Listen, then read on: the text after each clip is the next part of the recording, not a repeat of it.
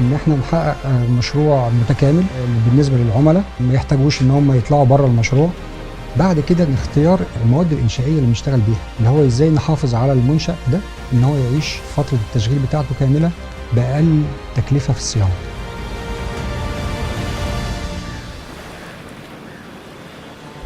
عندنا المصاطف تتدرج من المصطبة الأولى على منسوب تقريبا 3 متر فوق منسوب البحر إلى ما يزيد عن 40 ل 45 متر فوق منسوب البحر. الحكاية دي بتدينا الإمكانية إن كل الوحدات بتاعة المشروع لها فيو على البحر. في نفس الوقت ده أدى إلى إن احنا يبقى عندنا كمية الردم اللي احنا محتاجينها لتكوين المصاطب دي كمية كبيرة جدا. يعني احنا عندنا تقريبا ما يزيد عن ضعف حجم الهرم الأكبر محتاجين ان احنا نعمل لهم ردم هندسي. احنا عندنا اماكن بتبقى الاعمال الردم فيها 3 متر بس، اعمال بتوصل لغاية 7 و8 متر، وفي اماكن بتعدي لغاية 15 متر. نتخيل ان احنا بنعمل الطبقات دي على تخانات بسمك 25 سم. لو انا عندي الارتفاع الاحلال الهندسي 10 متر مثلا، فاحنا عندنا ما يقرب من 40 طبقة.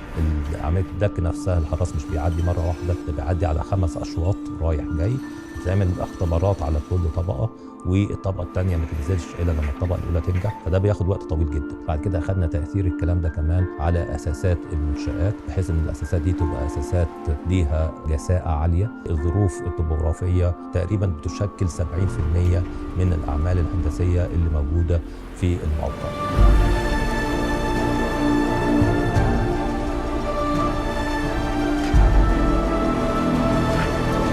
وطبقا للريكومنديشن لاستشاري التربه عملنا تصميم للقواعد بتاعتنا، والتصميم ده كان يستلزم غطاء خرساني بقيمه معينه، عزل بطريقه معينه عشان ما يحصلهاش اي تاثر على التربه.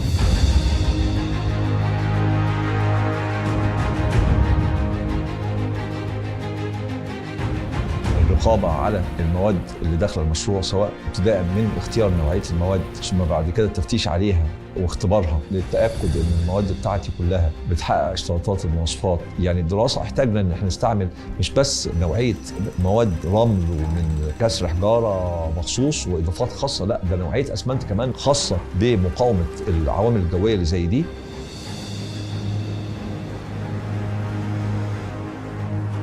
هو نيتشر فريندلي، بمعنى انه حافظ على طبيعه الارض، ما كسرناش كتير في الطبيعه، احتفظنا بفروق الكونتور اللي تصل ل 40 متر لمصلحه المشروع. نمره 2 الوكابيليتي، رغم التغيرات المختلفه في الكونتور انما توزيع الخدمات للمشروع خلت الناس تقدر تتنقل بين الفيتشرز المختلفه بسهوله ويسر. نمره 3 الووتر فيتشرز المتميزه واللي حجمها كبير جدا اللي بيمتاز بها المشروع، بالإضافة إنها very much consumer friendly، بمعنى إننا تصميم الوحدات نفسه يتوافق مع متطلبات الأسرة المصرية سواء أطفال أو كبار أو غيره.